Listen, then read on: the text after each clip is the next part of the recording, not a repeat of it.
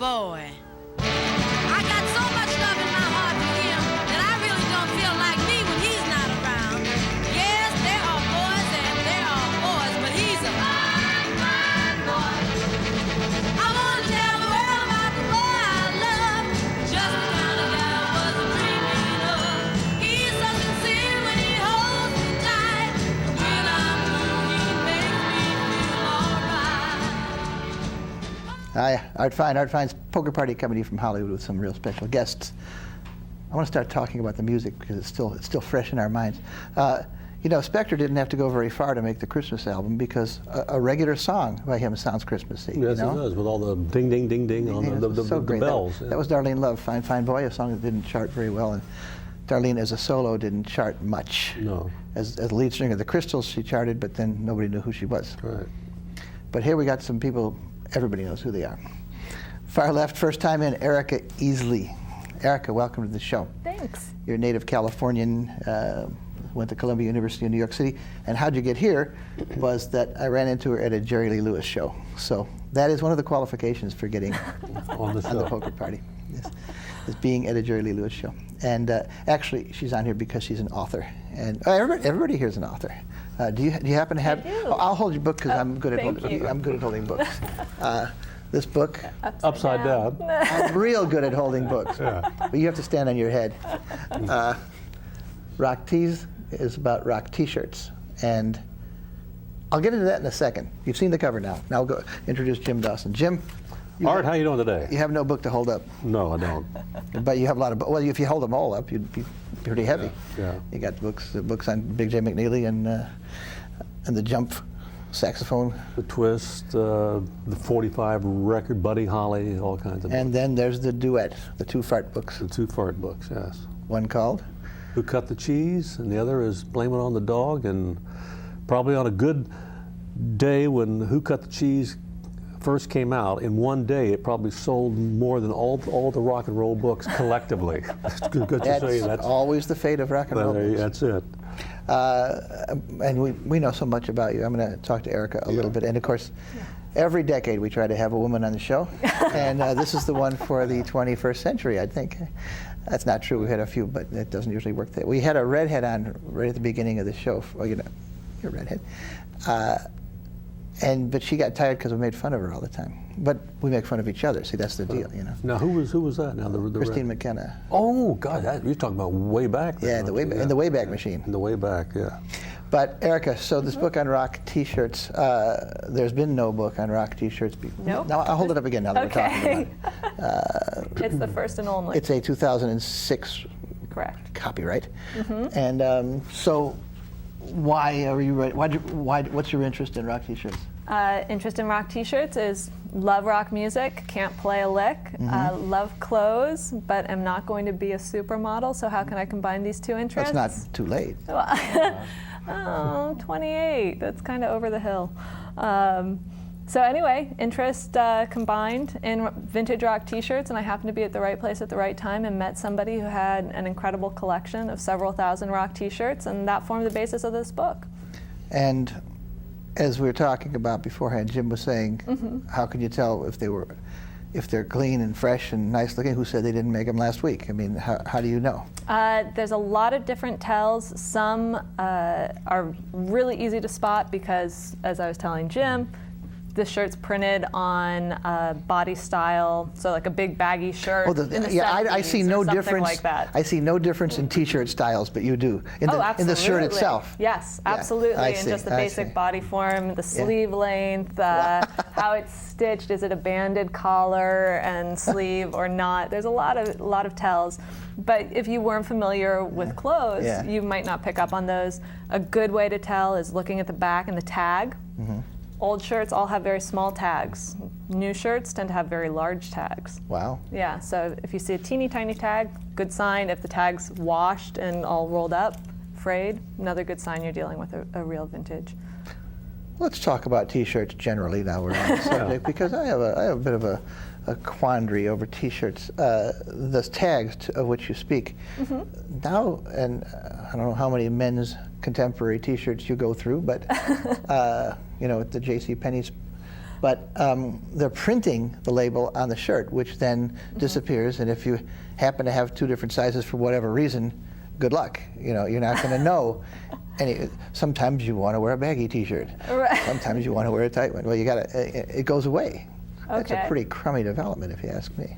See, I like it. I find tags in the back of clothes very obnoxious a lot of the time. Is it sticking up? You look stupid walking around with your tag hanging So out. at least itchy. So most people would tear them off. Well, yeah, you can do that, but then maybe you risk ripping the seam. Well, if yeah. you just tear it out, and if you just cut it, you get that obnoxious little rub of fabric. So fellas, if you want to impress Erica, you better clip those labels off. She likes that smooth look, undisturbed look. You and your boyfriend have interest in the T-shirt collection. He has a number of clothing stores in Portland. Right. Called Red Light Clothing Exchange, which is the largest clothing exchange on the West Coast. Who's the largest clothing exchange in LA? In LA, I think Wasteland on Melrose is the largest, and we're Really? significantly larger than them. Yeah, we're about 10,000 square feet in Portland, Oregon, See, in one store, and we have two locations. even in used clothing, I'm out of date because. I could be wrong. I mean, No, you I'm think sure it you're is. right, but all I think of is Aardvark, and that was probably from the 80s. You know what? Actually, I didn't think Aardvark collectively definitely has the most square footage, but in a single store, I think Wasteland's bigger. There's Out of the Closet. They have a lot of stuff. But that's a thrift store. Well, okay. They well, are just choosy. well, that's true. Yeah. But you know, in the 70s, somebody told me about a rag processing plant in like San Pedro or something like that. We went down there, and that's when you could get all the clothes you could shove in a bag for $1. I mean, for $1 A pound. a pound, yeah. That still exists Yeah. in some places. I don't know. But of if course, they in have those it here. days, there was really a lot of Good stuff. Good stuff. Cherries. Yeah. All cherries. Now it's all poo. when now you keep hearing about how all this clothing ends up in Kenya or someplace. Yeah. Have you thought about going over to Africa and finding some rare rock and roll T-shirts? You know, that's a fabulous idea. It would be really interesting. I love the journey clothes take. I don't want to get into it here because it's a long, esoteric, stupid discussion, but a lot of clothes go all the way to Africa or India and then come back here only to be resorted and end up in vintage and thrift stores. So American clothes Wait start a second. here, You're go saying over. the people in Kenya reject some of the stuff? The New York How Times bad did this can they article. be? Yeah, no, I think people do reject it, but that isn't why it ends up. It's not because it was rejected by the people in Asia or Africa or wherever. It's that it's more cost effective, and I'm not quite sure how this works out. More cost effective for a lot of people to send the clothes overseas and then repurchase them. Globalism at its best. Right. I guess so. So Erica, I met you at the Jerry Lee the free show at the Hollywood Highland last June or something, I don't know. And we started talking. So what standard first question for a new guest is, what's the first record you bought? First record I bought, I'm not sure I want to admit The more to. embarrassing, the better? Oh, it was Poison, I think. Look What the Cat Dragged In, their first album. So it's like 1986, 87. But my first ever record that I got was Elvis Presley, because I loved Elvis Presley from like age 3. Well, one of the Harvey Sid Fisher singers was on a few weeks ago, and her first record was Tiffany. Oh yeah. That was the first time I'd had that answer. Tiffany, yeah. I think Poison's better than Tiffany. So, And speaking of Elvis, of course, the first T-shirt, the first rock and roll T-shirt was an Elvis T-shirt. And Art didn't believe me when I Yeah, met him and told him actually about didn't that believe it. T-shirt. He Yeah. said, "No, that doesn't exist." how could it be? It does. I don't mean that it evaded my eyes, because wouldn't have been looking for such a thing, but yeah, I guess. But there was such a flood of merchandising on him at that time. yeah, Well, what about early Beatles shirts? Because there was such a glut. Combs. There was everything you could pick up and move had a Beatle thing on it. Beatles did have T-shirts. I didn't talk about them in the book because the Beatles had so much merchandising. The Yeah. T-shirts weren't about just making T-shirts to say you saw the Beatles. It was about just Beatles products. There were Beatles sneakers and shoelaces and bobbleheads and all that stuff. So Yeah. they definitely did have shirts. They're very valuable. Yeah. Those are probably the only rock T-shirts you'll ever see at an auction. Huh. Most vintage T-shirts haven't made it to Christie's or Sotheby's. They'll sell tour jackets, but not T-shirts, Wow. which are more valuable. Interesting, yeah. And I guess the history of the T-shirt is here. I mean, you see the rock and roll T-shirt as being a product of the whole new place of the T-shirt Yeah. in American culture. Absolutely. I think rock T-shirts are American icons or fashion icons on par with jeans and sneakers. They say so much about a character in a movie. Once you start looking for them, you see them everywhere. Major fashion statement, and I think it's pretty hard to imagine being a rock and roll fan, at least of my generation, probably a generation older, and not ever having had a rock T-shirt. You know, I wasn't going to do a whole show on T-shirts, but it's going that way, and that's okay. Really? As when John Kennedy was sworn in as president without wearing a hat, that was the first president to not wear a hat. That was the end of the hat business. It was over. Right, not fashionable. And but T-shirts were with Marlon Brando. Exactly. In 55. But that's.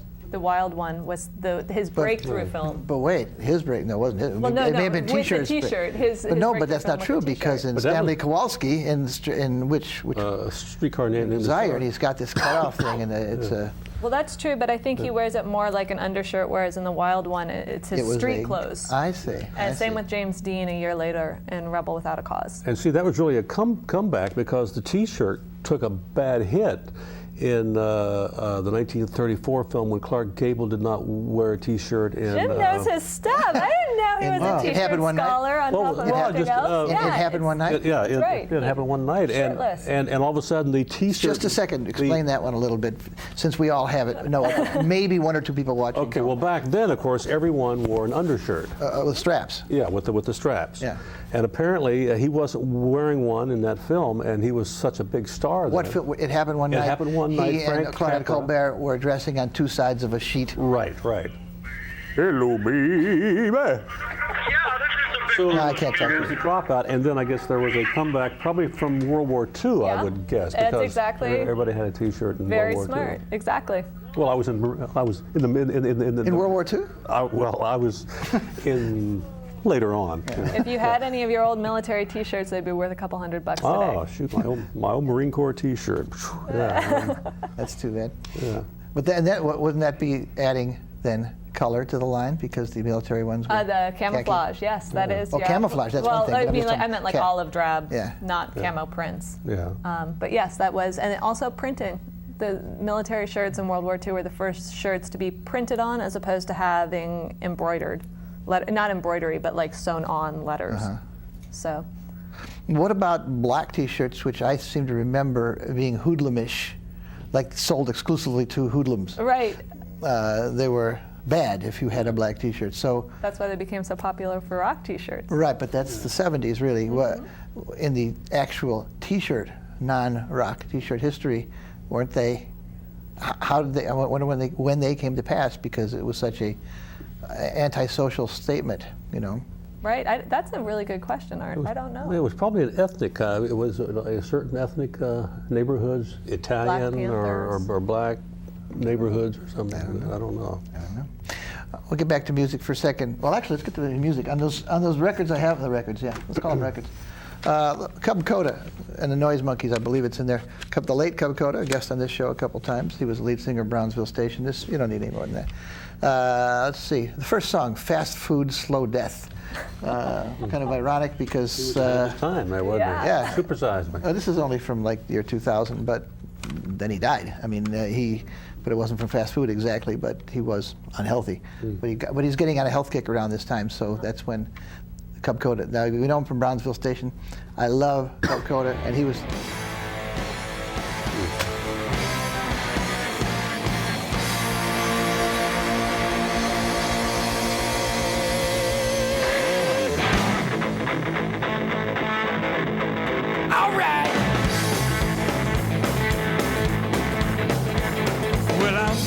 By cholesterol,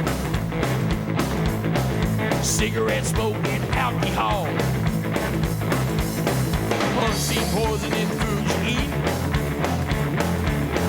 rats running around in hot dog meat, fast food, slow death.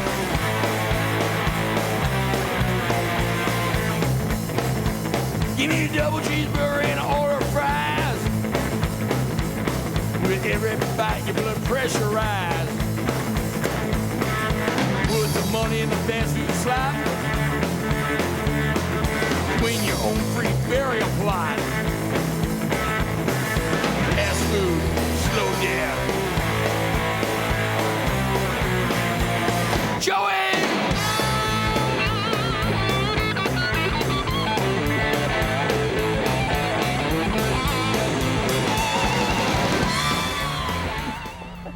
Cool. Cub Koda. You know, there's a guy whose legacy hasn't arrived yet. I mean, he's going to be discovered eventually because he did so many great things on his own, but mainly known for Smokin' in the Boys' Room. Motley Crue. They did it too. Right. Well, I mean, that's, I think, people, when they think of that song, they think of the Motley Crue version. Some but it people should do. be. I know. People who buy Poison album. Speaking of music, Erica, author of Rock, T-E-A-S-E, Rock T-shirts. Music, concerts, you grew in Los Angeles area, so there was stuff available as opposed to fellows like Jim from West Virginia who didn't get to see a show till he was 70 or something like that. You're much too old to have seen your first show. Right. What did you see? What was your first show? Well, again, Poison. Wow. Yeah, double hitter. One-track mind. I love Poison, like the big hair and all the makeup and stuff. Love that glam stuff. Best show I've ever seen would probably be like Motley Crue on a small sound stage. Jerry Lee was a lot of fun when we saw him. He was cute. I mean, he's ancient. I shouldn't say that. No, he looks ancient. No, he does. No, he is. Yeah. He's older and he's still, he's still put energy into it. He's still well preserved, but he's not all there. I was very sorry to miss James Brown. I never got to see him. And Jerry Lee's in better shape than him. Yeah. So Motley Crue on a small sound stage? Yeah, I was working at Warner Brothers on music-based television programs, and they decided to film Motley Crue when Motley Crue was in their slump. It was after Tommy and Pam had divorced, and they hadn't had their big comeback with The Dirt. You remember that, don't you? Yeah. No, actually, I do. Yeah. Have you read The Dirt? Speaking of going back to music a little bit, the Motley Crue book is fabulous. It was really fun. But anyway, they weren't a big deal. Everybody thought they were has-beens and jokes, and I really loved them. I was absolutely obsessed with Motley Crue, and my best friend at the time, his father had been Motley Crue's first lawyer, and so we had all this really unusual Motley Crue stuff, the first record, demo tape, all this stuff, and we thought we knew them so well, and we go to the show and we're so excited. And they were actually fabulous, and all the Warner Brothers execs who had thought I was ridiculous for being excited to go see Motley Crue came up afterwards going, "That was the best show we've ever taped, oh my God." You were right all along. Yes, So then I tried to get them to tape Billy Idol, but they didn't do that. Wow. Of course, now Billy Idol this last Christmas did a new Christmas album. Did he really? With really rinky-dink instrumentation. I had no idea. Oh, they were playing it on Howard Stern and just ripping it to sripping it to shreds. Is that right? Yeah. Poor Billy. Poor Billy. It's a Christmas. What's he supposed to have? Good orchestration? What's the difference? Oh, yeah. Well, he actually is a very good singer. He has a nice voice. He is. He does, really. Robert Johnson had very slight instrumentation. I mean. Well, no, but this is like some synthesized thing. It sounded like something that you would make in your living room. I see. Oh, that's awful. It was horrible. Oh, how the mighty have fallen. They certainly have. Yeah. What did I see? There was a big to-do about the fact that Beck had puppets playing his, a photograph while he played in the background, representing each member of the band. That was a funny idea. Yeah, and he got ripped to shreds too. The critics, what does he think he's doing? Well, he thinks he's doing something funny. Is it too much like Motley too much like Spinal Tap for me? I said no. I mean, the guy was great. I think that's a humorous idea. It is. And yet the critics, because they're all prudes, like you do something a little different, you read, he shouldn't be doing that. Yeah. So. But it's like, the Muppet Show was fabulous. It had, they used to have wonderful guest stars. Debbie Harry, Alice Cooper, and you'd see him back there kind of pounding away, Exactly, cute. They'd all dance together, perform. And that reminds me that the first year of Saturday Night Live had a puppet component. Really? What's his name? Jim Henson players. They were interacted with the people. It was adult puppets, not really, not like the movies you go see, but it didn't work. Yeah, because I don't recall that from right. that period. Because I think they're releasing the shows intact now. You'll be surprised at how much time you're yawning, saying, "Okay, I get the puppet thing," like twice during the show. So puppets only have a certain amount of presence that we could tolerate. It's like anything else. You always remember the high points, So wait, so the best show you ever saw was Motley Crue, and okay. There's So a what lot about there. Okay, so some more. I'd like to hear some more. There's What other some things? more. Bruce Springsteen. In what context? At In the- Barcelona. It was the first show of his European tour. This would have been in 1999. Uh-huh. And people in Spain love Bruce Springsteen. Very funny. They sound like they're doing a soccer chant. Bruce, Bruce, Bruce. Wanting him to come out. Also, Wait, have isn't it different- Bruce? Would they have the Barcelona? Maybe you do it better, yeah, the Barcelonians right. have a specific.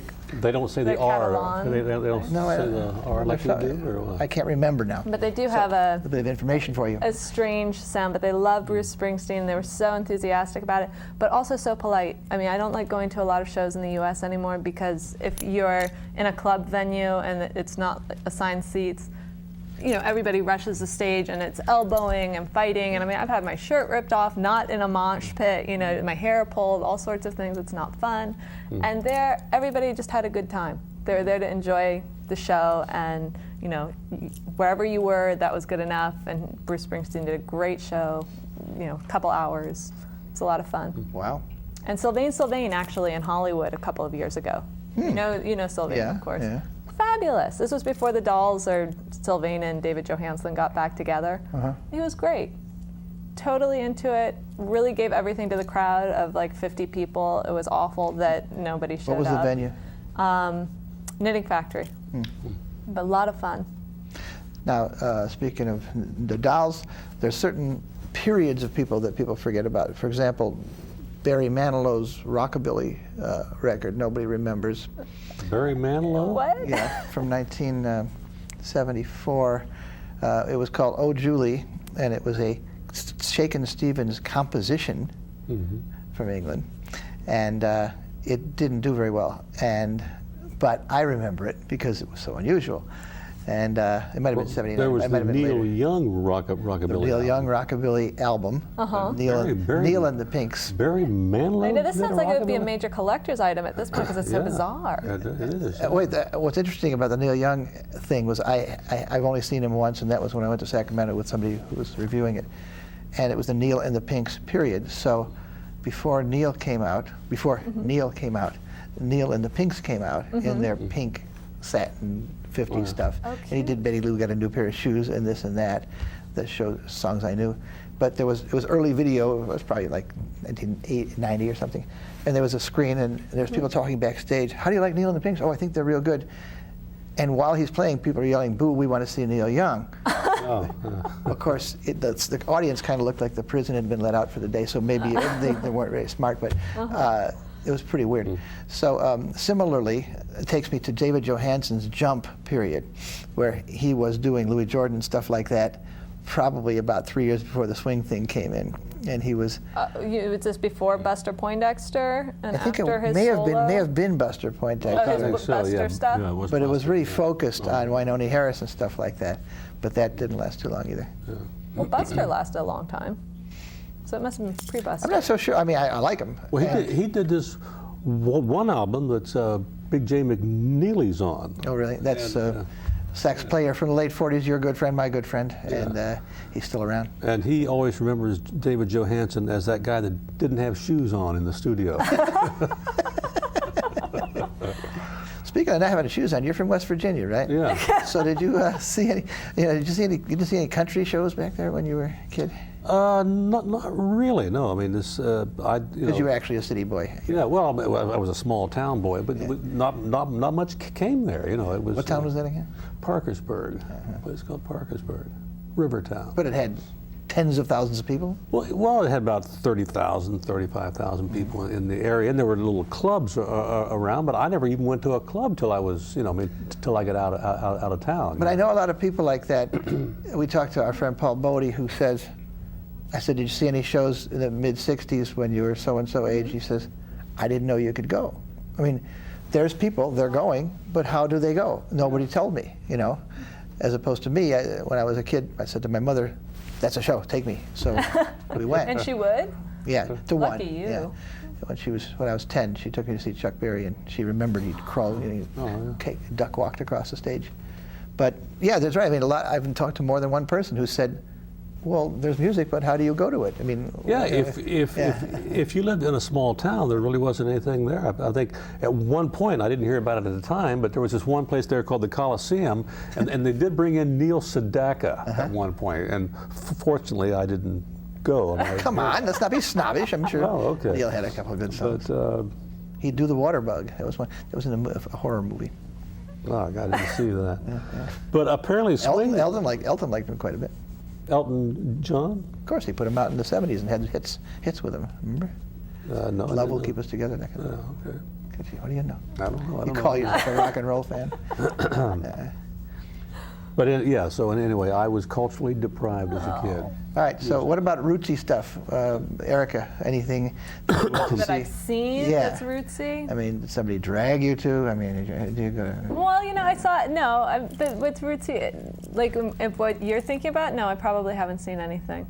You know, the rootsiest I get is Jerry Lee Lewis or something like that. Not that I'm opposed to seeing other things. I just haven't had that type of exposure. Nobody's taking me to those shows. That information never got to you. No. That's right. All right. Well, listen. Thanks very much.